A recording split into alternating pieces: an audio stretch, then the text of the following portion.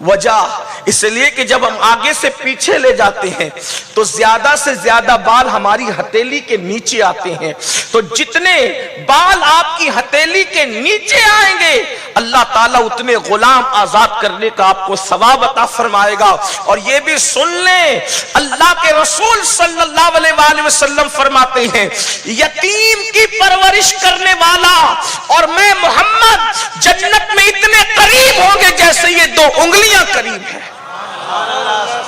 اللہ کے حبیب صلی اللہ علیہ وآلہ وسلم ایک یتیم کی خاطر، وہ رسول اللہ کا کوئی معاذ اللہ نسب کے اعتبار سے رشتہ دار نہ تھا، قبیلے کا نہ تھا، بس ایک انسان تھا، ایک بچہ تھا۔ آج ہم بھی عید کی خوشیاں منانے کے لیے نکلتے ہیں، لیکن ہم اپنے خاندان کے کتنے یتیموں کا خیال کرتے، کتنی بیواؤں کا خیال کرتے، کتنے رشتہ داروں کا خیال کرتے۔ بڑی معذرت کے ساتھ صرف تسبیح، داڑھی، ٹوپی اور اسی کو دین سمجھنے والوں، صرف دین ان تین چیزوں میں سمٹ کر نہیں آتا۔ دین پورا دین، دین مکمل دین، دین مکمل نظام حیات ہے۔ آج پورا زور ٹوپیوں کی خوبصورتی اور داڑھی کی تراش خراش پر دی جا رہی ہے، یا ہاتھوں میں تسبیحوں پہ دی جا رہی ہے۔ داڑھی کی اہمیت اپنی جگہ، ٹوپی کی اہمیت اپنی جگہ، تسبیح اور مصلی کی اہمیت اپنی جگہ، میں انکار نہیں کرتا، مگر دین رسول اللہ کی مکمل زندگی کا نام دین ہے جس کو ہم بھلاتے جا رہے ہیں، اسی لیے تو حق تلفیاں ہو رہی۔ اللہ کے رسول صلی اللہ علیہ وآلہ وسلم نے اس یتیم کو اپنے کندھے پہ بٹھایا، اور بٹھانے کے بعد اب عیدگاہ کی طرف جا رہے ہیں۔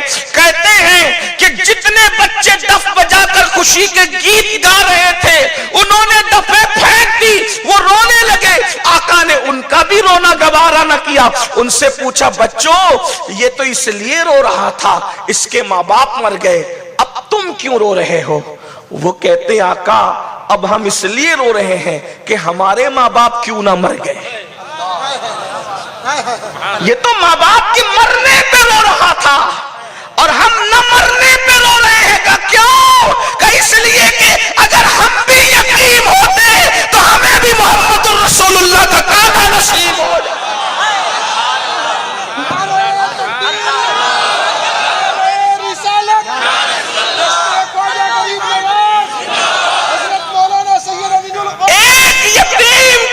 حضور علیہ السلام نے عیدگاہ کا رستہ بند، یہ حضور کی سنت ہے۔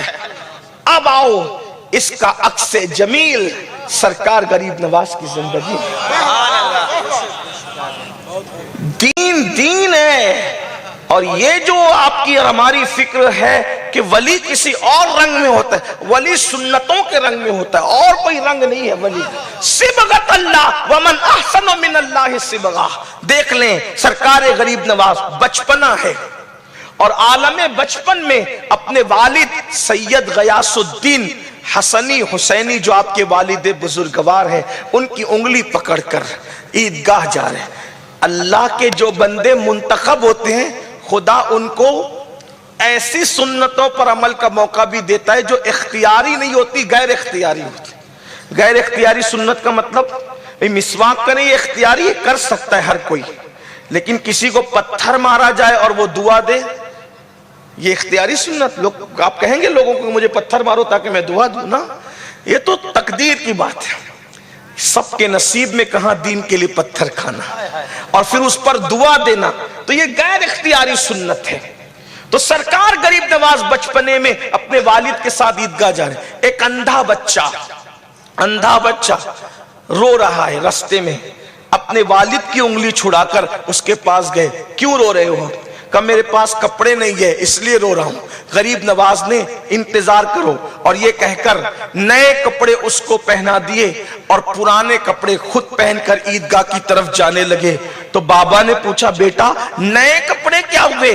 کہا حضور اس غریب کے بچے کو پہنا دیا تاکہ اس کی آنسو خشک ہو جائے، اور میں نے پرانے پہن لیا۔ یہ کیوں کیا؟ تاکہ ایک یتیم کے لیے میرے نانا مصطفیٰ جان رحمت نے اس طرح کیا تھا تو وہ میرا ہم عمر تھا، تو میں نے سوچا میں بھی یتیم کو کپڑے پہنا کر اپنے نانا کی سنت پر عمل کر لوں۔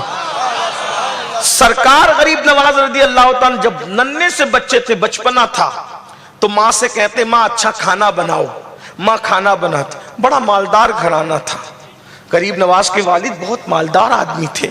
مالدار. ماں سے کہتے اچھا کھانا بناؤ. ماں کھانا بناتی, غریب بچوں کو بلا کر لاتے اور دسترخوان پہ بٹھا کر کہتے کھاؤ.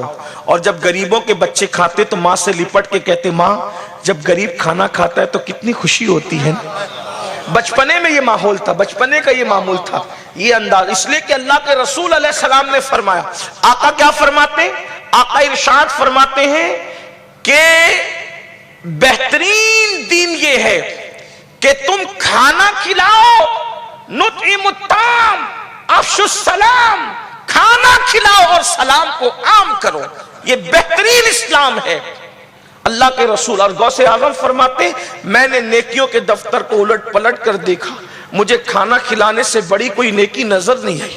اور سرکار غریب نواز فرماتے, غریب نواز کا فرماتے ہیں اگر اللہ کی دوستی چاہتے ہو, اب نصاب ولایت بیان ہو رہا ہے گویا کہ کیا کہا جا رہا ہے, اگر اللہ کی دوستی اور اللہ کا قرب چاہتے ہو تو نفلی نماز, نفلی روزہ, اس سے بڑی عبادت کرو.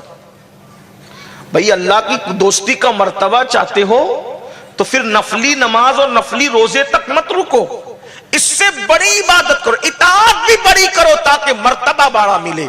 تو لوگوں نے پوچھا نفلی نماز نفلی روزے سے بڑی اطاعت کیا ہے, بڑی عبادت کیا ہے؟ تو غریب نواز کہتے ہیں بھوکوں کو کھانا کھلانا, مجبوروں کی مدد کرنا, بے کسوں کی امداد کرنا, پریشان حالوں کی پریشانیوں کو دور کرنا, غم زدہ لوگوں کے غموں کو دور کرنا, مصیبتوں میں لوگوں کو کام آنا, یہ بڑی اطاعت ہے. جو اس کو انجام دیتا ہے اللہ تعالیٰ اس کو اپنی ولایت کا مقام عطا فرماتا ہے. آج یہ فکر کہاں ہے؟ کہاں یہ فکر؟ ایک دوسرے کی مدد کرنے کی فکر تو کم سے کم مسلمانوں سے چلی گئی ہے, مسلمانوں سے چلی گئی, اور صرف مقتدیوں سے نہیں بلکہ مقتداؤں سے بھی چلی گئی. اگر کوئی مصیبت زدہ آتا ہے, حضرت میری بیٹی کی شادی ہے, ہاں جا اللہ تیری بیٹی کی شادی کے لیے اسباب پیدا, صرف دعاؤں سے کام. اور اللہ کے رسول نے بتایا مصیبت زدہ کو صرف دعا نہ دیا کرو بلکہ اگر حیثیت ہے تو پھر اس میں فزیکلی طور پہ انوالو بھی ہوا کرو. اس کو دیکھیں حضرت سیدنا جابر رضی اللہ تعالیٰ, انہوں نے کسی یہودی سے قرض لیا. قرض لیا, آقا علیہ السلام کے پاس آئے, آقا میں نے ایک یہودی سے قرض لیا تھا اور دے نہیں سکا, میں نے مدت بڑھا دی, اب پھل پک رہے ہیں, ابھی پکے نہیں ہیں, پک رہے ہیں, اور حال یہ ہو گیا ہے وہ تقاضا کر رہا ہے, مانگ رہا ہے, اب میں دے نہیں پا رہا ہوں, حضور میری مدد فرمائیں. اب میں آپ سے پوچھتا ہوں, اہل منبر کی دعا چاہنے کے لیے اور صرف سبق سنانے کے لیے, یہ مجھ سے زیادہ جانتے ہیں, میں ان کی معلومات میں کوئی اضافہ نہیں کر سکتا, لیکن آپ کی معلومات میں اضافے کے لیے آپ مجھے بتائیں حضور سے بڑھ کر کس کی دعا قبول ہو سکتی ہے؟ حضور جانے دعا ہے, حضرت آدم کی دعا بھی انہی کے صدقے قبول ہوتی, حضرت نوح کی دعا بھی انہی کے صدقے قبول ہوئی, حضرت یونس کی دعا بھی انہی کے صدقے قبول ہوئی. اور آقا کی دعا کیا ہے؟ میرے امام کہتے ہیں عنایت کا جوڑا, اجابت کا صحرا, دلہن بن کے نکلی دعائے محمد, اجابت نے جھک کر گلے سے لگایا بڑی ناز سے جب دعائے محمد. حضور کی دعا سے بڑھ کر کسی کی دعا ہے؟ مگر اللہ کے رسول علیہ السلام نے دعا دے کر کے نہیں ٹالا. بہت معذرت کے ساتھ جن کی دعاؤں کی قبولیت کا کوئی ٹھکانہ نہیں ہے, وہ صرف وظائف اور دعاؤں پر جو ہے وہ معاذ اللہ تکیہ کر کے بیٹھے.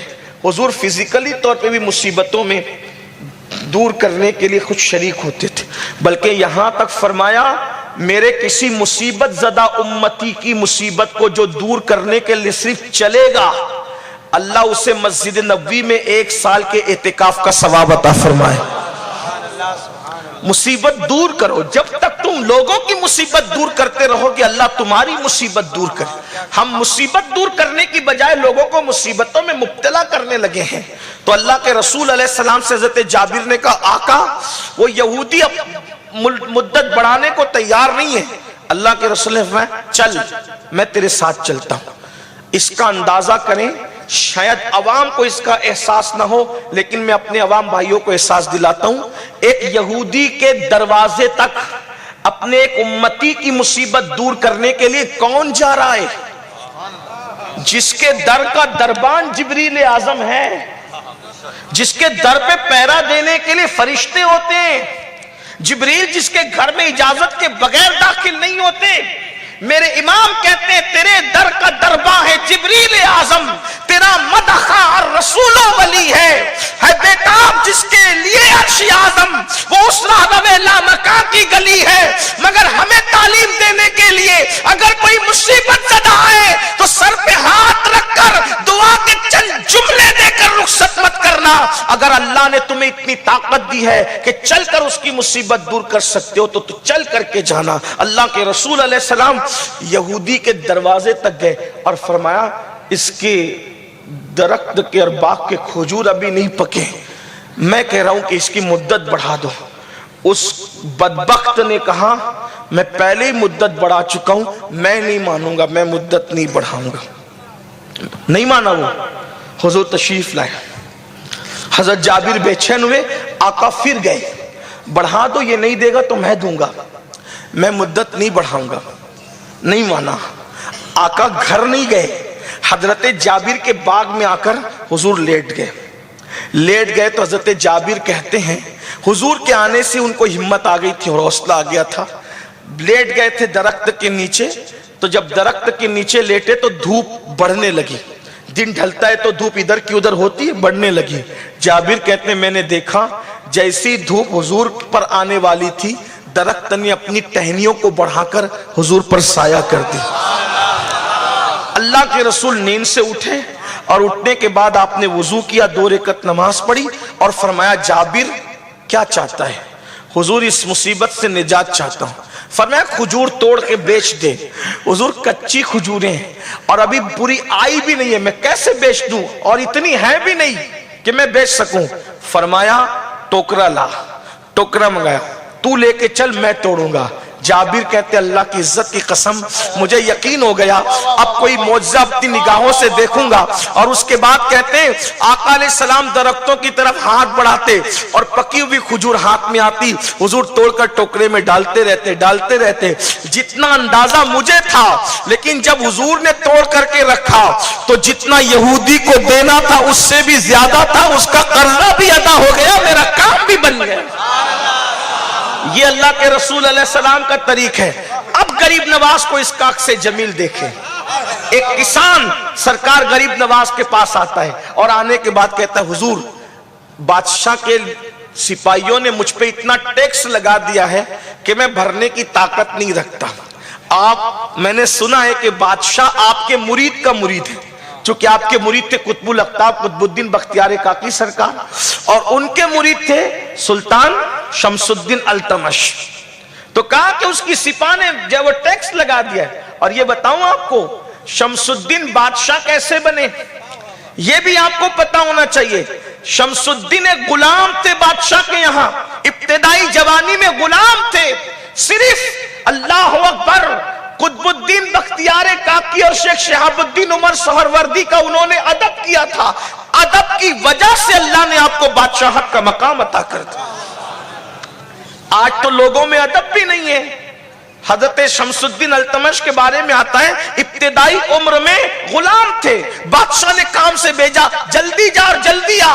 ایسا ہوتا ہے نا جب ہم بچوں کو کوئی ارجنٹ کام کے لیے بھیجتے ہیں تو بچے اس کا فائدہ اٹھاتے ہیں، کیا کہتے ہیں ابا ذرا آپ کی بائک کی چابی دو نا، اب کام ارجنٹ ہے تو پھر ہمیں دینا ہی پڑتا ہے، ایسا ہوتا ہے نا۔ تو بادشاہ نے کہا کہ جلدی جا کے جلدی آ، تو بادشاہ سے کہا ذرا وہ تیز رفتار گھوڑا دینا، حالانکہ وہ غلاموں کو نہیں دیے جاتے، لیکن جب کہا جلدی آ جلدی جا کے جلدی آ، تو کہا وہ ذرا تیز رفتار گھوڑا وہ لیے، اور غلام تھے پورے شان کے ساتھ بیٹھ کے جانے لگے۔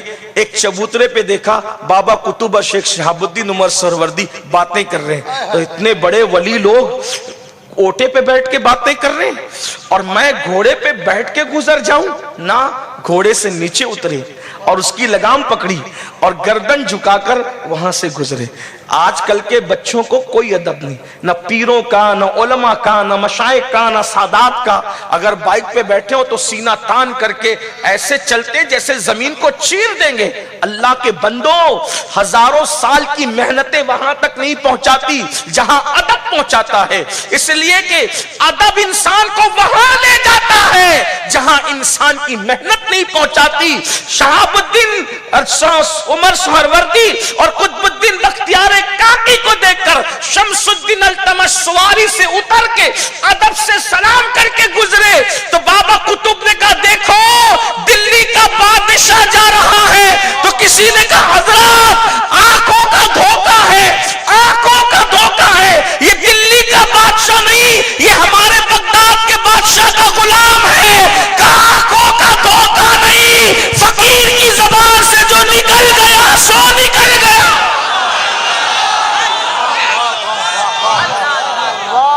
جو اللہ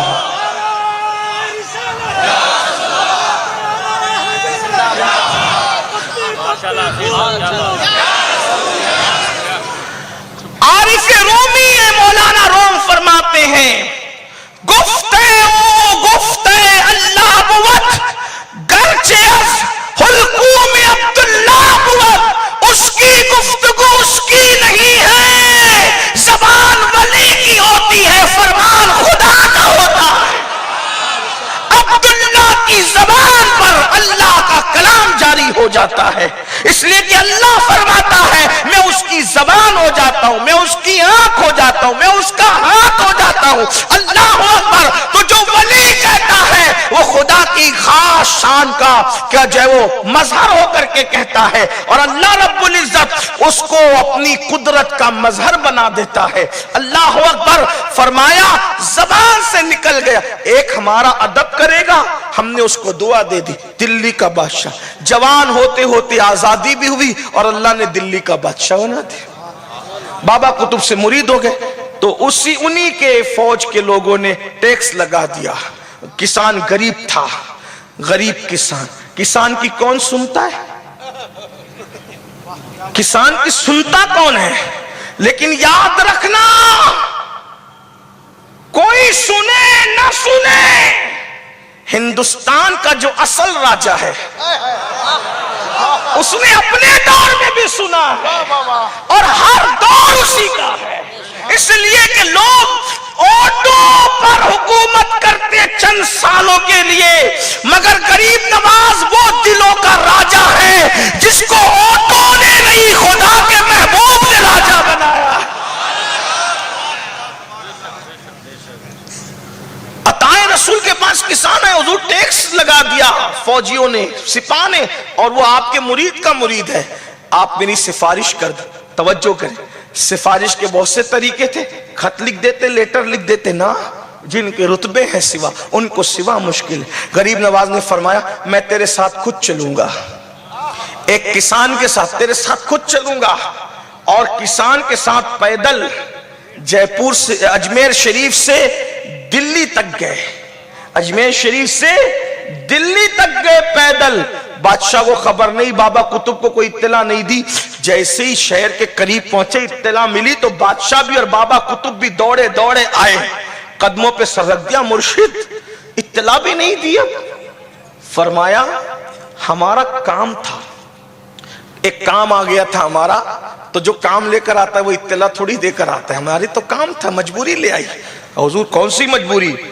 تو شمس الدین کی طرف مخاطب ہو کے کہتے ہیں ان کی سپاہ نے اس کسان پر ٹیکس لگا دیا، وہ بھر نہیں پا رہا ہے، اس کی سفارش لے کر آیا ہوں۔ بادشاہ قدم پکڑ کے کہتا ہے مرشید آپ حکم کر دیتے تو ٹیکس کیا معاف کیا جاتا، جاگیریں اس کو دے دی جاتی، کچھ اور بھی دیتے، مرشد آپ حکم کر دیتے۔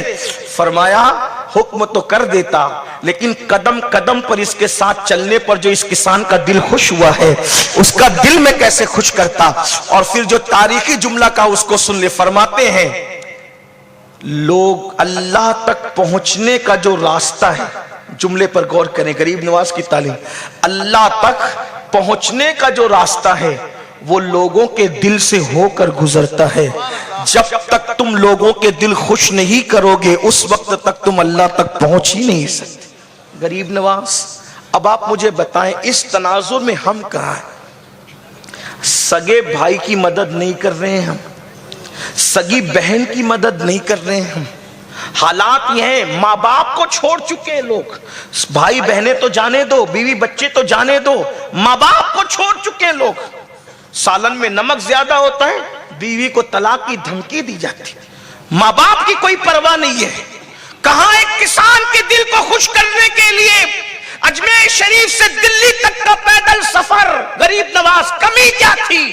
اور آج اگر ماں باپ کہہ دے ذرا دوا لے کر کے آنا، وہ کہتے ہیں اتنی رات ہو گئی تمہیں کچھ سمجھتا ہے، کوئی ٹائم ہے؟ یہ ماں باپ کو جواب دیا جاتا ہے۔ دین کہاں ہے؟ دین کہاں ہے؟ جلسوں میں ہزاروں کی تعداد میں اگر جمع ہوتے ہو، ہم دعا کرتے ہیں اللہ اس کو نظر بد سے بچائے، لیکن ہمارا کلیجہ اس پہ ٹھنڈا نہیں ہوتا، کیونکہ پبلک دیکھ کر سیاسی لیڈر خوش ہوتے ہیں۔ اہل مذہب کی خوشی اس دن نہیں ہے جب ہزاروں جمع ہو جائے۔ سننے کے لیے جو ہزاروں جمع ہوتے ہو، جب تک عمل کرنے کے لیے ہزاروں جمع نہیں ہوں گے اس وقت تک ہمارے کلیجے ٹھنڈے نہیں ہو سکتے۔ 22,000 کے غدار یزیدی نہیں چاہیے میدان میں، 72 دین کے پیکر چاہیے۔ آتے ہو اللہ آپ کو سلامت رکھے، آنا جانا سلامت رکھے، لیکن عمل کیوں نہیں کرتے؟ سوچا کبھی وہاں ایک کسان جس کا کوئی نام آج تک کے تاریخ میں نہیں لکھا گیا، اس کا قبیلہ نہیں، اس کا مذہب بھی نہیں لکھا گیا، غریب نواز نے اتنا لمبا سفر کیا اس کے لیے، اور آج بہن بغیر رشتے کے پڑی ہوئی ہے۔ ہم اپنی زندگی کے اندر مگن ہے، کبھی اپنی بہنوں کے رشتے کا سوچا، ان کی شادیوں کا سوچا، پڑوس کے اندر بیٹیاں پڑی ہوئی ہے، کبھی ان کی شادیوں کا سوچا، ان کے رشتوں کا سوچا۔ آج انسان سوچتا ہے میں تو بس اپنا اپنا دیکھوں۔ یاد رکھنا، اپنا اپنا دیکھنا یہ مشرکین کا، یہودیوں کا، نصرانیوں کا طریقہ ہو سکتا ہے، مسلمان کا طریقہ نہیں ہو سکتا۔ اس لیے کہ اقبال نے کہا تھا درد دل کے واسطے پیدا کیا انسان کو، ورنہ عبادت کے لیے کچھ کم نہ تھے کرو بیاں۔ جانتے ہیں سرکار غریب نواز اپنے دور میں پورے اجمیر مقدس کو کھانا کھلاتے تھے۔ سیر الاقطاب جو آپ کی زندگی پر مستند کتاب ہمارے علماء کے نزدیک مانی جاتی ہے، اس میں لکھا ہے کہ خادم آ کے کہتا تھا حضرت لنگر کرنا ہے تو کہاں سے پیسے لائیں؟ مصلی اٹھاتے تھے، کہتے تھے جتنا لگ رہے لے لیں، اور جتنا خرچہ ہوتا تھا لے لیتا تھا۔ اجمیر مقدس کے شہریوں کو کھانا کھلانا، اور خود کا کیا حال تھا؟ 3 دن کے بعد 3 لقمے کھاتے تھے، بعد میں 1 ہفتے کے بعد 3 لقمے کھاتے تھے، ہر دن روزے سے رہتے تھے، ایک لباس پر پوری زندگی گزار دی، نہ رات کو سوئے نہ دن کو سوئے، پورا وقت اللہ کی عبادت میں لگاتے تھے۔ اور کہتے تھے، کوئی کہتا ہے حضور سوتے کیوں نہیں؟ فرمایا جس کا یار جاگ رہا ہو اس کو سونا جائز کب ہو سکتا؟ محبوب جاگ رہا ہو اور محب سوتا رہے، یہ مذہب عشق میں اجازت اس کی کیسے ہو سکتی؟ اب آپ کہیں گے نہیں یہ تو فلاں بھی سوتے تھے اور فلاں۔ میرے عزیز دراصل عاشقوں کی بات اور ہوتی ہے، جب تک عشق نہیں کرتے، اس لیے کہ قانون سے اونچا مقام کتاب عشق کا ہوتا ہے۔ مثال کے طور پہ سمجھاؤں، دیکھو ایک مرتبہ رابعہ بصری سے کسی نے کہا مائی زکوٰۃ کا مسئلہ سمجھا، تو کہنے لگی تم لوگوں کا سمجھاؤں یا عاشقوں کا ہم لوگوں کا سمجھاؤں؟ ارے مسلمان تو تم بھی ہو، مسلمان ہم بھی ہے، پھر آپ کہتے تمہارا مسئلہ سمجھاؤں یا ہم عاشقوں کا؟ اچھا دونوں کا سمجھا دے۔ کہا تمہارا مسئلہ یہ ہے کہ 100 کماؤ تو 2.5 نکال دو، 100 پہ 2.5 نکال دو، یہ زکوٰۃ ہے سال میں ایک بار۔ اور ہم عاشقوں کا یہ جتنا کمائے سب یار پہ لٹا دے، کچھ بچائیں ہی نہیں۔ تو عاشقوں کی بات الگ ہے، تو وہ عاشق لوگ تھے، عاشق لوگ، ان کی پوری زندگی عشق و محبت کے اندر تھی۔ آج ہم بھی عشق کے دعوے دار ہیں، لیکن بتائیں آج ہم لوگوں کو سکھ دینے کی بجائے لوگوں کو دکھی کر رہے ہیں، لوگوں کو تکلیف پہنچا رہے ہیں، لوگوں کو اذیت پہنچا رہے ہیں۔ ہمارا پڑوسی ہم سے خوش نہیں، بیوی ہم سے خوش نہیں، بچے ہم سے خوش نہیں، ماں باپ ہم سے خوش نہیں، اور ہم کیا سوچتے ہیں 5 وقت کی پڑھ کے اور تہجد پڑھ کے اور قرآن پڑھ کے ہم اللہ کے ولی بن جائیں گے۔ یاد رکھنا ولی بننا تو دور کی بات ہے، اگر ماں باپ ناراض ہے تو تمہارے سجدے بھی قبول نہیں ہیں۔ بیوی کی حق تلفی کر رہے ہو تو اللہ کے رسول علیہ السلام فرماتے پہاڑوں جیسی نیکیاں لاؤ گے تو بھی اللہ تمہاری نیکیوں کو رد فرما دے گا۔ تو بہرحال سرکار غریب نواز کی زندگی کے لمحات بڑے خوبصورت ہیں۔ آپ ہندوستان آئے، بس بات اب سمیٹنے لگا ہوں، ہندوستان آئے، حضور کے حکم پر آئے۔ سرکار غریب نواز اللہ کے رسول کے حکم پر ہندوستان آئے۔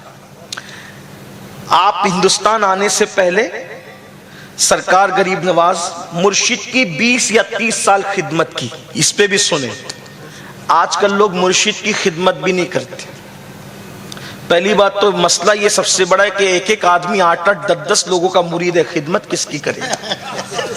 اس کی تقریر اچھی لگی اس کا مرید ہو گیا، اس کی تقریر اچھی لگی اس کا مرید ہو گیا، اس کی تقریر اچھی لگی۔ کتنوں کے مرید ایک ہی کے ہوتے ہیں میرے بھائی، یک گیر محکم بغیر۔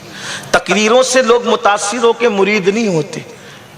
پیر وہ چاہیے جو اللہ تک پہنچائے، جس کی نظر مال پر نہیں، جس کی نظر مریدوں کے حال پر ہو، یہ کیفیت ہو۔ اگر یہ کیفیت نہ ہو، اصل میں آپ کو اس لیے پیر لوگوں کی اہمیت ختم ہو گئی کہ جو چیز آسانی سے ملتی ہے اس کی اہمیت نہیں ہوتی۔ پیر کی اہمیت مخدوم اشرف جہانگیر سمنانی کے پاس تھی، کیونکہ سمنان چھوڑ کر پنڈوا تک کا سفر کرنا پڑا۔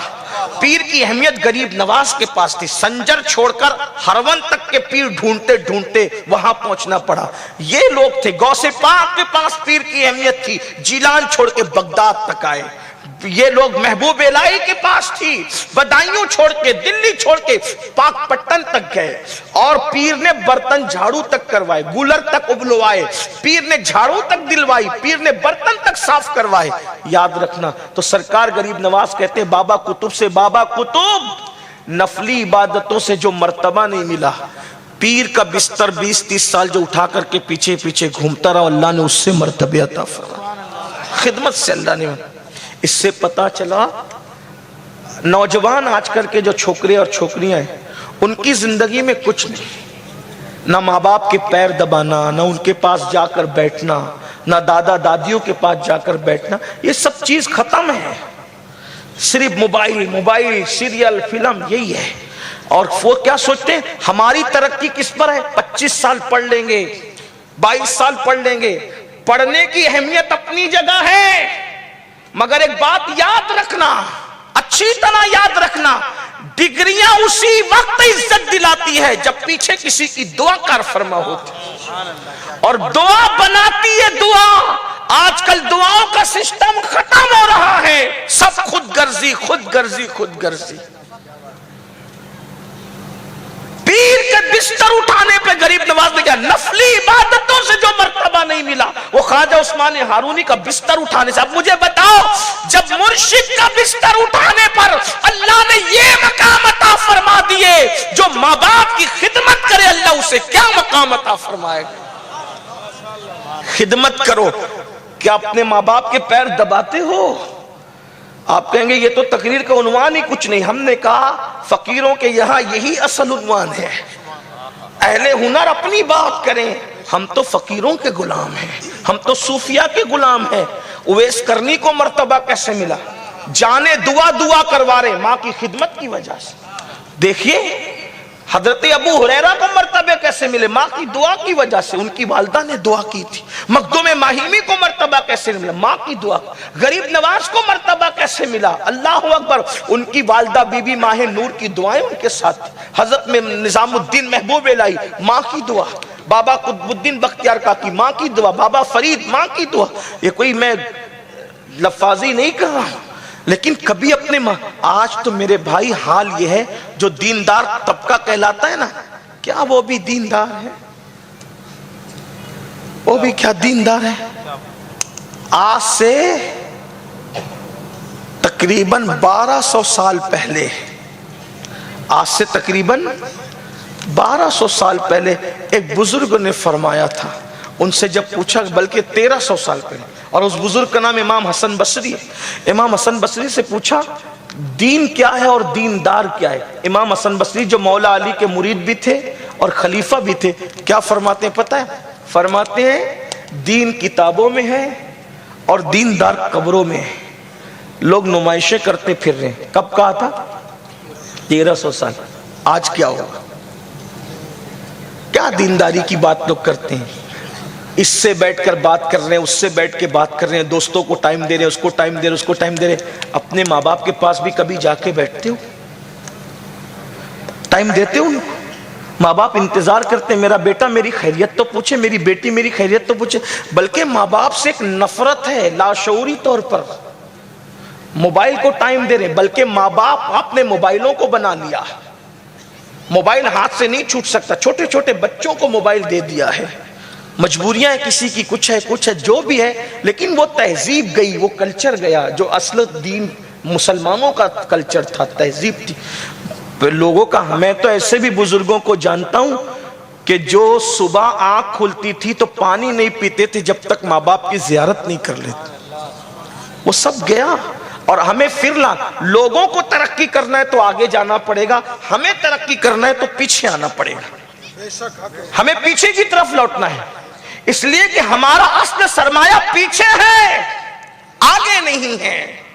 پیچھے کی طرف لوٹ کر کے دیکھیے کتنا خوبصورت ہے آپ کا دین، آپ کا کلچر کتنا خوبصورت ہے، آپ کا مذہب کتنا خوبصورت ہے، آپ کی تہذیب کتنی خوبصورت ہے، آپ کا تمدن کتنا خوبصورت ہے. اللہ کے بندو، غریب نواز فرما رہے وہ 20-30 سال جو پیر کا بستر لے کر کے گھوما، خدمت کرتا رہا، اس سے بہت کچھ ملا. بہرحال تو سرکار غریب نواز رضی اللہ تبارک و تعالیٰ عنہ آپ پیر سے حاصل کرنے کے بعد پھر دعائیں لے کے مکہ شریف گئے، پھر مدینہ شریف گئے، اور مدینہ منورہ میں ایک محدث کی حیثیت سے آپ نے درس حدیث کی مسند سجائی. ایک دن رسول اللہ کے خادم کو حکم و ندا آئی معین الدین کو بلاؤ. تو وہ گئے اور جانے کے بعد کہا معین الدین کون ہے؟ رسول اللہ کی طرف سے صدا آتی ہے تمہیں بلایا جا رہا ہے. تو وہاں بہت سے لوگ بیٹھے تھے، چونکہ معین الدین کوئی نام نہیں ہے. معین الدین کا مطلب ہوتا ہے دین کا مددگار. جیسے اگر یہاں کہہ دیا جائے مقرر صاحب کو بلا رہے ہیں تو کتنے سب ہو جائیں گے کہ بھئی سبھی مقرر یہاں بیٹھے ہوئے ہیں، یہ کوئی نام تو ہے نہیں. آپ کا نام حسن تھا، غریب نواز کا اصل نام حسن تھا. تو کہا معین الدین کو بلاؤ. وہاں جتنے تھے انا معین الدین، انا معین الدین، ہم معین الدین، ہم معین الدین. تو کہا اتنے سب کو نہیں بلایا جا رہا ہے، کسی ایک کو. رکو. حضور کی بارگاہ میں حجرے پہ انہوں نے عرض کی آقا آپ کا حکم ہے، کس کو کون سا معین الدین آپ چاہتے؟ تو ندا آئی معین الدین چشتی کو بلاؤ. معین الدین چشتی کو بلاؤ. جب معین الدین چشتی کو بلانے کے لیے ندا آئی، آج کل لوگوں کو چشتیت سے، قادریت سے، نقشبندیت سے، سہروردیت سے، رضویت سے، اشرفیت سے چڑ. لوگ کہتے ہیں یہ کیا قادری ہے، یہ کیا چشتی ہے، یہ کیا رضوی، یہ کیا اشرف، کیا لگا رکھا ہے یہ سب. ہم کہتے ہیں کیا صحابہ کرام نے نہیں لگایا؟ تمیم داری انصاری، ابو بکر صدیق تمیمی ہیں، یہ کیا یہ نہیں لگائے گئے؟ ابو سعید الخدری یہ نہیں لگائے گئے؟ صحابہ کرام نے نہیں لگائے اپنے قبیلوں کے نام؟ کسی نے قبیلوں کے نام لگائے، کسی نے کچھ القاب لگائے، پھر کسی نے کچھ القاب لگائے. اور اب جو وہ بزرگوں کی نسبت لگائی جاتی ہے، اس میں کوئی ناجائز و حرام نہیں ہے. ہاں لیکن یہ نسبت برکت کے لیے، کوئی فرقہ پرستی کے لیے نہیں ہے، فرقہ واریت کے لیے نہیں ہے. تو سرکار غریب نواز کو سلسلے کے نام سے بلایا گیا. کیا؟ معین الدین چشتی کو بلاؤ. جب خادم نے کہا حجرہ رسالت سے ندا آتی ہے کہ معین الدین چشتی کو بلاؤ. سیر الاقطاب کے مصنف لکھتے ہیں اللہ اکبر کہ جب غریب نواز تک یہ بات پہنچی تو رو رہے تھے، حال بالکل عجیب تھا، اور درود و سلام پڑھتے ہوئے بارگاہ رسالت کے حجرے کی طرف بڑھے تو حکم ہوا اندر آ جاؤ. غریب نواز کہتے میں اندر گیا تو میں نے مصطفیٰ جان رحمت کا جلوہ جہاں آرا دیکھ لے. اور تب اللہ کے رسول نے فرمایا معین الدین تم ہمارے دین پر ہو، تم ہمارے ہو، لیکن ہم یہ چاہتے ہیں تم ہندوستان جاؤ اور ہندوستان جا کر وہاں دین کا پرچم بلند کرو.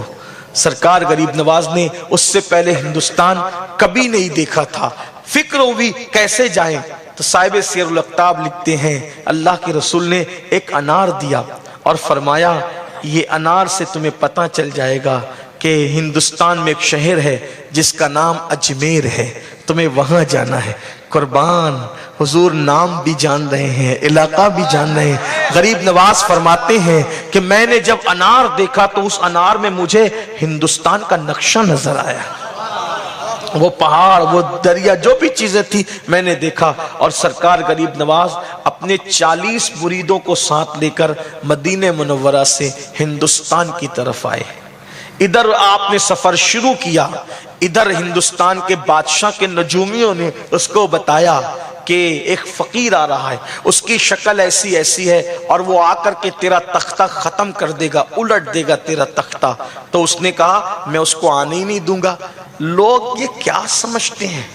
آپ کا بنایا ہوا منصوبہ پورا نہیں ہوگا، اللہ کا حکم پورا ہوگا۔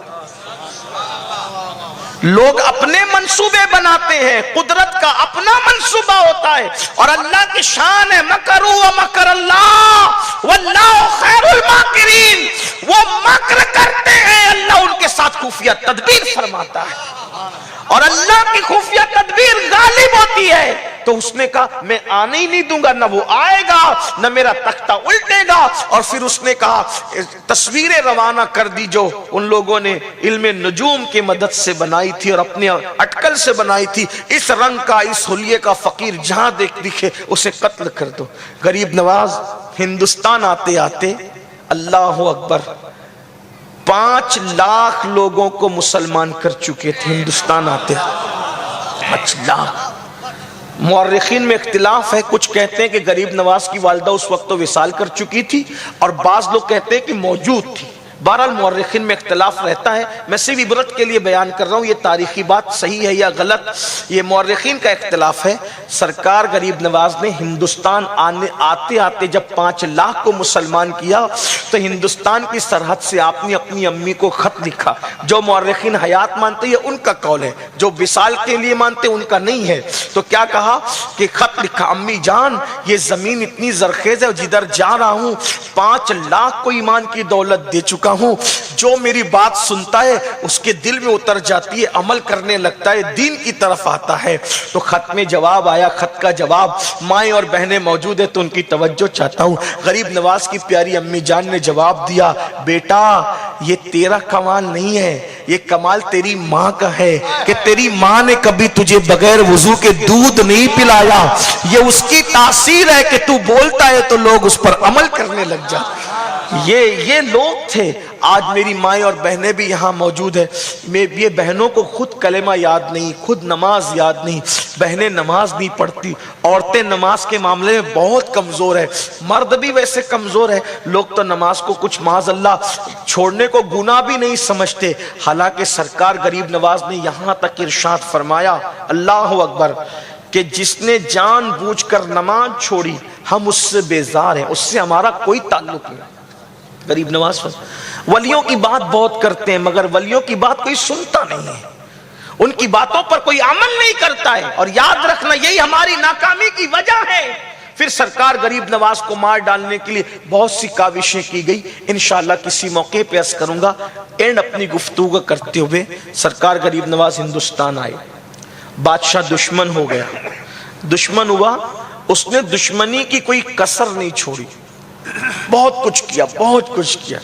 اینڈ اس نے اس پر کیا، جب باطل ہارنے لگتا ہے، شکست کھانے لگتا ہے تو باطل کیا کرتا ہے، آخری میں وہ جادو کا سہارا لیتا ہے۔ ہر باطل آخری میں جادو کا سہارا لیتا ہے۔ اینڈ ہے یہ دشمنی کا اینڈ ہے۔ اور آپ سے بھی کہتا ہوں کبھی کسی پہ جادو مت کروانا، مت کرانا، کبھی کسی پہ جادو مت کرانا۔ اللہ کے رسول علیہ السلام نے فرمایا جو جادوگروں کے پاس آتے جاتے ہیں اللہ تعالیٰ 40 دن تک ان کی نہ نماز قبول کرتا ہے نہ دعا قبول کرتا ہے۔ اور جادو کروانے والوں کو اللہ شب برات میں بھی معاف نہیں کرتا، شب قدر میں بھی معاف نہیں کرتا، ان کی بخشش نہیں ہوتی۔ اور یہاں تک فرمایا کہ جب وہ مرتے ہیں ان کی زبان پہ کبھی کلمہ جاری نہیں ہوتا۔ اگر تم نے کسی پہ جادو کرایا ہے تو توبہ کر لو۔ آج جٹھانی کی اور ساس کی اچھی بنتی ہے تو دیورانی چلی گئی جادو کرانے کے لیے مشرکین کے پاس، مشرکین کے جو وہ معاذ اللہ جادوگروں کے پاس، اور پھر کیا ہوتا ہے؟ عزت بھی گئی، مال بھی گیا، سب گیا۔ کیا ملا؟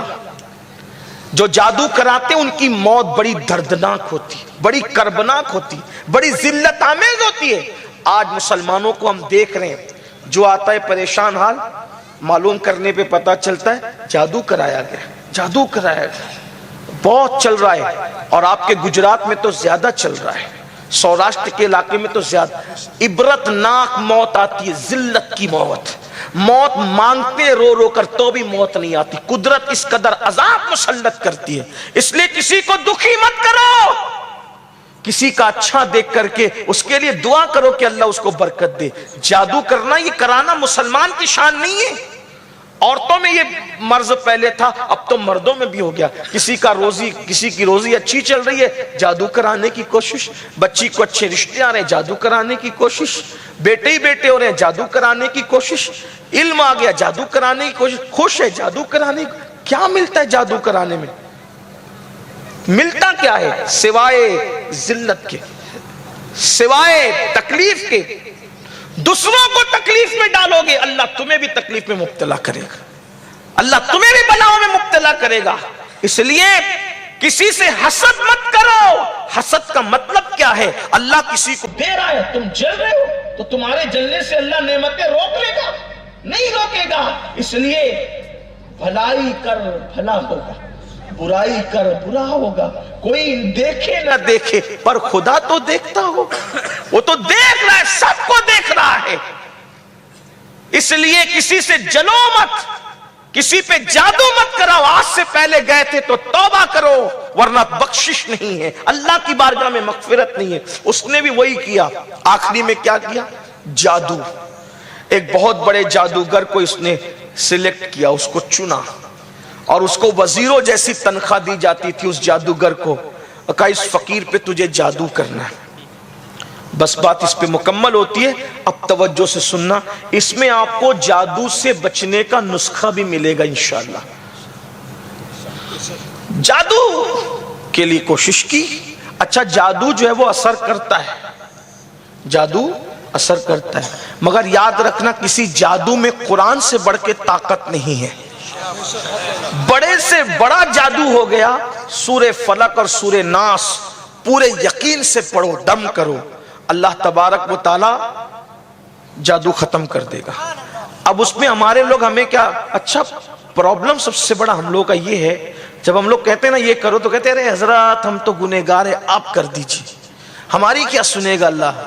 یہی سب سے بڑا پرابلم ہے میرے بھائی۔ اللہ سے اپنی بات منوانے کے لیے، جملہ یاد رکھنا، اللہ سے اپنی بات منوانے کے لیے نیک ہونا ضروری نہیں ہے، اللہ پر یقین ہونا ضروری۔ جو تاثیر آتی ہے نا وہ ہمیشہ نیکی کی وجہ سے نہیں آتی، تاثیر کس وجہ سے آتی ہے؟ یقین کی وجہ سے۔ میں اس میں ایک چھوٹا سا واقعہ آپ سے بیان کر دوں، حالانکہ اس کا حقیقت سے تعلق ہے نہیں ہے، وہ الگ بات ہے، لیکن ایک واقعہ بیان کر دیتا ہوں آپ کی۔ یقین کی کیا بات ہے؟ مولانا صاحب جمعہ میں تقریر کر رہے تھے، مولانا صاحب جمعہ میں تقریر کر رہے تھے، تقریر کرتے مولانا نے کہا آیت الکرسی پڑھ لو نا، اگر آیت الکرسی پڑھ لو گے تو پانی پہ بھی چلنا چاہو تو چل لو گے۔ مولانا نے بول دیا، مولانا نے بول دیا، بھئی یہ ہمارے مولانا لوگ نہیں تھے، جس نے بھی بولا بولا ٹھیک ہے نا، ہاں، ورنہ آپ اپنے اوپر لے کر کے میرے لیے مشکل مت کیجیے گا، ہاں کہ ہمیں بولا، آپ کو نہیں بول رہا ہوں، کسی نے کہا۔ اب وہ تقریر سن لی، اب اس میں بہت سے لوگ موجود تھے، ایک دیہاتی، دیکھیے جو آقا علیہ السلام فرماتے ہیں ایمان کے معاملے میں بڈھی عورتوں کی طرح بنو۔ یہ جو بڈھے لوگ ہوتے ہیں نا وہ بڑے کٹر ہوتے ہیں ایمان کے معاملے میں، ہاں ادھر کے ادھر ہو جائے وہ ادھر ادھر نہیں ہوتے، بچے ادھر ادھر بیٹھتے ہیں، بوڑھے لوگ نہیں، وہ ایک دم بالکل مضبوطی سے قائم رہتے ہیں۔ بہرحال تو وہ دیہاتی تھا, بڈھا تھا, اس نے سنا کہ پیر صاحب, مولانا صاحب نے کہہ دیا, پیر صاحب نے کہہ دیا آیت الکرسی پڑھو تو پانی میں بھی چلنا چاہو تو چل سکتے ہو. اب اتفاق سے جمعہ ختم ہوتے ہوتے اتنی بارش ہوئی کہ مسجد کے سامنے ندی تھی اور ندی میں سیلاب آ گیا. اب سیلاب آیا تو دیہاتی صاحب کو جانا تھا اپنے گاؤں, کیونکہ وہ آئے تھے دیہات سے جمعہ پڑھنے, اور مولانا کا گھر تھا دریا کے پار. جیسی مسجد سے نکلے تو ساری پبلک بھیڑ لگا کھڑی ہو گئی, کوئی کشتی آئے تو جائے. یہ دیہاتی جناب آئے اور کہا ہٹو ہٹو کر کے, اور کہا کہ ابھی تو مولانا نے بتایا نا آیت الکرسی پڑھو اور پانی پہ چلو. اس نے آیت الکرسی پڑھی اپنے انداز میں اور یوں پانی میں پیر رکھا چلتا چلا گیا. لوگوں نے خطیب صاحب سے کہا حضرت مقتدی چلا گیا, آپ کیا کہا؟ نا ہم نہیں جا سکتے. یہ بات حالانکہ میں اس طرح کی بات کرنے, تو آخر اس کو لے کون گیا؟ اس کا یقین لے گیا. یہ یقین کی بات ہوتی ہے. میرے مرشد اجازت حضور شیخ الاسلام کہتے ہیں یقین والے کہاں سے چلے کہاں پہنچے, جو اہل شک ہیں اگر میں مگر میں رہتے ہیں. یقین پیدا کرو, یقین. تو سورہ ناس اور سورہ فلق آج بھی وہی ہے, وہی بادہ ہے, وہی جام ہے, وہی میکدہ ہے. بس پینے والا کوئی منصور چاہیے, پینے والا کوئی جنید چاہیے, پینے والا کوئی معین الدین چاہیے. اور اگر ویسا نہیں آتا اور نہ آئے گا کم سے کم اس یقین کی خیرات چاہیے. پھر دیکھو ہمیں تو نہیں ہے میرے بھائی, یقین آج بھی قرآن کی طاقت وہی, قوت وہی. پڑھو چاروں کل پڑھ کے سو, ہمیشہ باوضو رہو. یقین اللہ کے رسول علیہ السلام نے فرمایا جو باوضو رہتا ہے وہ اللہ کے قلعے میں محفوظ رہتا ہے. ہمیشہ باوضو رہنے کی عادت ڈالو, انشاءاللہ کبھی جادو نہیں ہوگا. کیوں بھئی؟ جو بادشاہ کے قلعے میں محفوظ ہے, بادشاہ کے قلعے میں جب اس کو کوئی کچھ نہیں کر سکتا, تو جو اللہ کے قلعے میں محفوظ ہو اس کو کوئی کیسے کر سکتا ہے؟ اور وضو کرنے میں آپ 4 بار تو ہاتھ پاؤں دھوتے ہی ہو نا, تو ہاتھ پیر دھونے کی بجائے وضو کرو, کیا جاتا ہے؟ اور سردی میں اگر ہیں تو سردی کے بارے میں آقا فرماتے جو سخت سردی میں وضو کرتا ہے اللہ تبارک و تعالیٰ اس کو گناہوں سے ایسے پاک کر دیتا ہے جیسے ابھی اپنی ماں کے پیٹ سے پیدا ہو. وضو کی بہت برکتیں, باوضو رہا کرو, آیت الکرسی پڑھا کرو, سونے سے پہلے چاروں کل پڑھا کرو, پاک رہا کرو, انشاءاللہ جادو اثر نہیں کرے گا. اور جب کہیں کھایا پیا کرو تو بسم اللہ پڑھ کے کھایا کرو. اور ایک دعا یاد کر لو, بسم اللہ وباللہ الذی لا یضر مع اسمہ شیء فی الارض ولا فی السماء وہو السمیع العلیم. یہ دعا پڑھ کر کھا لو, اگر زہر بھی ملا ہوگا انشاءاللہ اثر نہیں کرے گا. کوئی بھی چیز یہ پڑھ کے کھاؤ. اپنے مذہب میں سب ہے, لوگ کیا کہتے ارے مولانا یہ نہیں ہے وہ کچھ نہیں, کسی میں اتنی طاقت نہیں جتنی اللہ کے قرآن میں طاقت. تو بار جو سمیٹ رہا تھا یہ کہ جادو کا سہارا بادشاہ نے, اب اس نے سانپ پھینکے. غریب نواز ایک ہی کام کرتے تھے, جب بھی وہ کچھ کرنے والے ہوتے فرماتے آیت الکرسی پڑھ کے دائرہ بنا لو. دائرہ بنا لیتے, سب ادھر ہی گرتا, ادھر اندر کچھ نہیں آتا. تھک گئے, بہت تھک گئے, تو بادشاہ نے بلایا اور بلا کر کے کہا جادوگر کو, اس کا نام نہیں لے رہا ہوں, آپ کو نام اس کا پتہ ہے, تو کہا کہ تیرا جادو اس پر اثر کیوں نہیں کرتا, اس فقیر پر, معین الدین نام کے فقیر پر تیرا جادو اثر کیوں نہیں کرتا؟ تو اس نے کہا مہاراج مجھ سے بڑا بھی اگر کوئی جادوگر لاؤ گے تو اس پہ کوئی اثر نہیں کرے گا. کہا کیوں نہیں کرے گا؟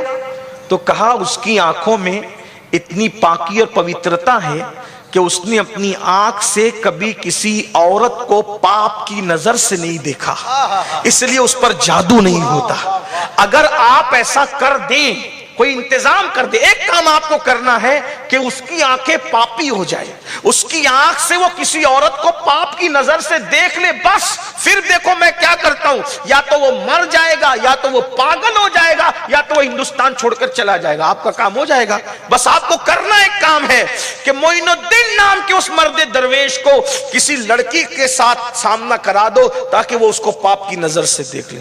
بادشاہ نے غریب نواز کو اپنے جیسا سمجھ رکھا تھا, اس لیے کہ اہل باطل کو بڑوں کی برابری کا بڑا دعویٰ ہے, اپنے جیسے سمجھنے کا بڑا شوق ہے. اللہ اکبر. تو اس نے بھی اپنے جیسے سمجھا تھا. کہا ارے مرد تو موم کی طرح ہوتا ہے, عورت آگ کی طرح ہوتی ہے. موم اگر آگ کے قریب جاتا ہے تو پگھل جاتا ہے, اور نہ پگھلے تو کم سے کم نرم تو ضرور ہو جاتا ہے. پھر اس نے کہا اچھا میں اس کی آنکھوں کو ابھی پاپی کرتا ہوں. چند لڑکیوں کو جمع کیا, اور وہ راجستھان کی خوبصورت ناریاں, لڑکیاں, جہاں کا پتھر بھی سفید ہوتا ہے تو وہاں کے لوگ بھی خوبصورت ہوتے ہیں, حسین و جمیل ہوتے ہیں. زمین کا بڑا اثر پڑتا ہے. اللہ اکبر. بڑے خوبصورت ہے راجستھان کے لوگ, ہر اعتبار سے خوبصورت ہے, کردار کے اخلاق کے اعتبار سے بھی خوبصورت ہے. ایسے ہے کہ جس کو مان لیا, جس کو نہیں مانا نہیں مانا. بڑی مشابہت ہے. حضور کو مکے میں پہاڑیوں کے درمیان جلوہ گر کیا, غریب نواز کو اجمیر شریف میں پہاڑیوں کے درمیان بھیجا. مکہ بھی پہاڑیوں سے گھرا ہے, اجمیر شریف بھی پہاڑیوں سے گھرا ہے. کیوں؟ سخت زمین, وہاں بھی پتھر کی زمین, پتھر کے لوگ, پتھر کے خدا. یہاں بھی پتھر کی زمین, پتھر کے لوگ, پتھر کے خدا. کیوں؟ جب پتھر والوں میں دین بس جائے گا, ہر جگہ بس جائے گا, ہر جگہ بس جائے گا. اس لیے ولی کو سخت جگہ بھیجا, ہندوستان کے بادشاہ کو سخت جگہ بھیجا, نبیوں کے سردار کو پتھر کی زمین پہ بھیجا, اور ہندوستان میں ولیوں کے سردار, جو ہندوستان میں ولیوں کا سردار ہے, ان کو بھی پتھر کی زمین پہ بھیجا. مگر وارے غریب نواز اپنے نانا کی کیا سنت پہ عمل کیا. مکے والوں سے حضور نہیں ہارے, اجمیر والوں سے غریب نواز نہیں ہارے. برابر اخلاق سے مقابلہ کیا. وہاں بھی اخلاق سے اپنا بنایا, وہاں بھی اخلاق سے اپنا بنایا. وہاں لڑنے آتے تھے تو پتھر مارنے والوں کو دعا دیتے تھے, اور یہاں مناظرہ کرنے کے لیے بڑے بڑے آتے تھے ان کے, کہتے تھے ہم مناظرہ کریں گے. فرماتے تھے بہت تھک کے آئے ہو, جاؤ پہلے کھانا کھا کے آرام کرو, کل صبح دیکھیں گے. رات بھر وہ اخلاق پیش کرتے, بغیر مناظرے کے کلمہ پڑھ کے اسلام میں داخل ہو جاتے. کیا اخلاق, کیا کردار تھا غریب نواز کا. ایک بندے کے چہرے پہ تماچا بھی نہیں مارا, اور 90 لاکھ کو ایمان کی دولت عطا کی. اسی لیے تو کفر آج تک تڑپ رہا ہے ان کے نام سے, کہ کسی ایک کو تماچا بھی نہیں مارا. بغیر تماچا مارے 90 لاکھ کے دلوں میں محمد الرسول اللہ کی عشق کی شمع روشن کر دی, اور ہمیں بتایا کہ لوہے کی تلواروں سے جو کام نہیں ہوتا, محبت کی وجہ سے دل جیت لیے جاتے ہیں, ضمیر فتح کیے جاتے ہیں. سلطان الہند سرکار غریب نواز کو جب ان کی آنکھوں کے حوالے سے پلان بنا, چلو آوارہ کر دیں آنکھیں, چند لڑکیوں کو بھیجا اجمیر شریف کی, اور جاؤ. گئی, اور غریب نواز کی عادت تھی, بابا قطب کہتے ہیں اکثر آنکھ بند کر کے سر جھکا کے بیٹھتے تھے, اور جس وقت آنکھ کھول کر جس کسی کو توجہ سے دیکھ لیتے, اسی وقت اس کو ولایت کا مقام عطا ہو جاتا. صرف دیکھ لیتے. یہاں ایک جملہ ایڈ کرنا چاہوں گا, بابا قطب نے جو فرمایا, غریب نواز اکثر آنکھ بند کر کے بیٹھے رہتے, آنکھ کھول کے جس کو توجہ سے دیکھ لیتے ولی بنا دیتے. سوچو جب غریب نواز کی آنکھوں میں اتنی تاثیر ہے, تو ان کے نانا محمد الرسول اللہ کی آنکھوں کی تاثیر کا عالم کیا ہوگا. جب غریب نواز کا بنایا ہوا بگڑ نہیں سکتا, تو رسول اللہ کے بنائے ہوئے اصحاب کیسے بگڑ سکتے ہیں. حضور کی زبان آنکھوں کی تاثیر کا عالم کیا ہوگا. اس لیے اگر صحابہ پہ تبصرہ کیا کرو تو آگے پیچھے سوچ کر کے کیا کرو, کیونکہ یہ رسول اللہ کی نگاہوں سے بنے ہوئے لوگ ہیں, یہ حضور کی آنکھوں سے سوارے گئے لوگ ہیں. اور وہ آنکھوں کی عالم کیا ہے, قرآن کہتا ہے ما زاغ البصر وما طغى, اور میرے امام کہتے ہیں نیچی آنکھوں کی شرم و حیا پر درود, اونچی بینی کی رفعت پہ لاکھوں سے.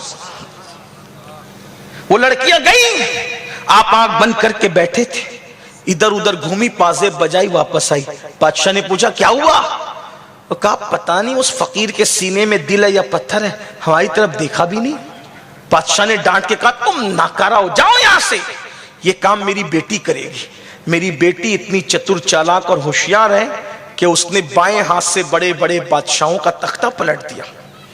جو کام سپاہ اور لشکر نہ کر سکا وہ میری بیٹی نے کیا, اور اس فقیر کے پاس میں اپنی بیٹی کو بھیجوں. بادشاہ اپنی بیٹی کو داؤ پہ لگانے تیار ہو گیا. اس کا مطلب یہ ہے کہ اہل ظلم ہمیشہ جنگ جیتنے کے لیے لڑکیوں کا استعمال کرتے رہے ہیں, اور آج بھی اہل باطل لڑکیوں کو ننگا کر کے میدان میں لے آئے تاکہ تمہارا رشتہ تمہارے رسول سے ٹوٹ جائے. تمہارے دین سے ٹوٹ جائے اور آپ توڑ رہے ہو. رات کے 3-3 بجے تک کیا دیکھتے ہو؟ موبائل میں کیا دلچسپی، فلموں میں کیا دلچسپی ہے؟ یاد رکھنا یہ سازش ہے.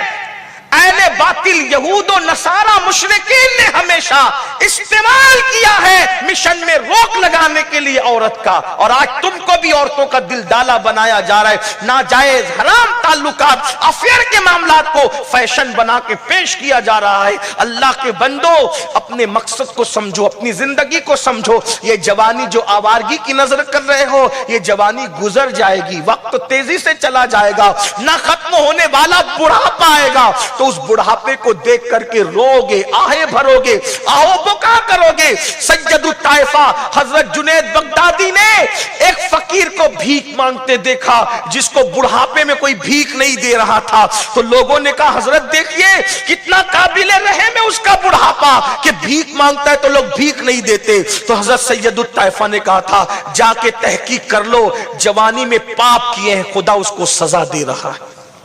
جب کوئی جوانی میں پاپ اور جرائم کرتا ہے تو اللہ اس کو اتنا دردناک بڑھاپا دیتا ہے کہ وہ بھیک مانگتا ہے تو لوگ اس کو بھیک تک نہیں دیتے. اور جس کی جوانی تقوی اور پرہیزگاری میں گزرتی ہے، ایک بزرگ حضرت ابو طیب رحمت اللہ تعالی علیہ 100 سال کی عمر میں بھی بالکل فٹ تھے. تو لوگوں نے کہا 100 سال میں بھی جوانوں کی طرح فٹ دکھتے ہو. تو ارشاد فرمایا ہم نے جوانی میں اعضاء کو گناہ سے بچایا، اللہ نے بڑھاپے میں اعضاء کو کمزوری سے محفوظ فرما لیا. جوانی میں جو کرو گے اس کا بھگتان بھگتنا پڑے گا. اس لیے اپنی فکر بدلو، اپنی سوچ بدلو، اپنے آپ کو بدلو، توبہ کرو، نیک بنو. گناہوں میں کچھ نہیں رکھا ہے، جرائم میں کچھ نہیں رکھا ہے. اللہ اکبر. تو سرکار غریب نواز کی آنکھوں کی پر حملے کے لیے بیٹی کو بھیج. وہ بڑی خوبصورت تھی، میں بہت طویل نہیں کر رہا ہوں، شارٹ کر رہا ہوں، لیکن اتنی خوبصورت تھی کہ اہل ذوق کی توجہ کے لیے اگر میں بیان کروں اس کا حسن تو علامہ ارشد القادری کی تحریر کے سہارا لے کر میں اس کا حسن اس طرح بیان کر سکتا ہوں کہ اس کی آنکھیں نہیں تھی بلکہ نرگس کے کھلے ہوئے پھول، اس کے بال نہیں تھے سنبل کا پودا، اس کے رخسار نہیں. ایسا لگتا تھا جیسے کسی جھیل کے اندر ابھی کسی کنول نے اپنے آپ کو کھولا ہو. اس کے ہونٹ نہیں گلاب کی پنکھڑیاں، چلے تو مور کے چلنے کی یاد آئے، تیز چلے تو ہرن کی چوکڑیاں بھرنے کی ادائیں ناز لوگوں کے سامنے تازہ ہو جائے. جب وہ کہیں پر خرام ناز کریں تو ہندوستان کا شاعر یوں کہہ دے اس کا چہرہ بنارس کی صبح تھی یا اس کے بال متھرا کی شام. اتنی خوبصورت تھی وہ، اتنی حسین تھی وہ. اس کا باغپن تتلیوں کی طرح چنچل تھا، اللہ اکبر، پھولوں کی طرح نازک تھی. اور جب 16 سنگھاروں کے بعد جب وہ اپنے چہرے پہ نقاب ڈال کر کے چلتی تو ہزاروں جوان دل پکڑ کر ہواؤں سے فریاد کرتے ہواؤں ادھر آؤ اور چلمن کو اڑاؤ تاکہ ایک نظر دیکھ کر کے ہم اپنے دل کے ارمان پورے کر سکیں. اللہ اکبر. جب وہ انا ساگر پر غسل کے لیے جاتی تو ہزاروں دیوانے اپنا دل پکڑ کر راستے میں کھڑے رہ جاتے. اتنی حسین جمیل خوبصورت حسن کی ملکہ، حسن کا پری پیکر بادشاہ نے وقت نے غریب نواز کی آنکھوں پہ حملے کے لیے لگا دیا تھا. چالاک بھی تھی، چتور بھی تھی، خوبصورت بھی تھی. 16 سنگھاروں کے ساتھ گئی اور انا ساگر کا پانی اپنے بدن پہ ڈالنے لگی. جیسی انا ساگر کا پانی اپنے بدن پہ ڈالا تو میری زبان حیا اب منبر کے تقدس کی وجہ سے خاموش ہے کہ اس پر کوئی تبصرہ کروں، لیکن اتنا ضرور کہہ دوں گا بتانے کے لیے اگر کوئی کپڑا پہنے ہوئے شخص اپنے بدن کو گیلا کر لے تو کپڑا پہننا اور نہ پہننا دونوں برابر ہو جاتا ہے. اور وہ کھڑی ہو گئی پازیب بجاتے ہوئے، پازیب بجاتے بجاتے نازک پنڈلیاں تھک گئی تو اپنی ناکامیوں کا پردہ ختم کرنے کے لیے اور اپنی ناکامیوں کے تمغے کو اور توق کو گلے سے اتارنے کے لیے آخر اس نے نہ چاہتے ہوئے بھی آواز لگائی اور آواز لگا کے کہا معین الدین میرے حسن کی توہین نہ کر، معین الدین میرے حسن کی توہین نہ کر، ایک نظر مجھے دیکھ تو لے، اپنے باپ کو کیا جواب دوں گی. اللہ اکبر. غریب نواز نے اس کی نازک آواز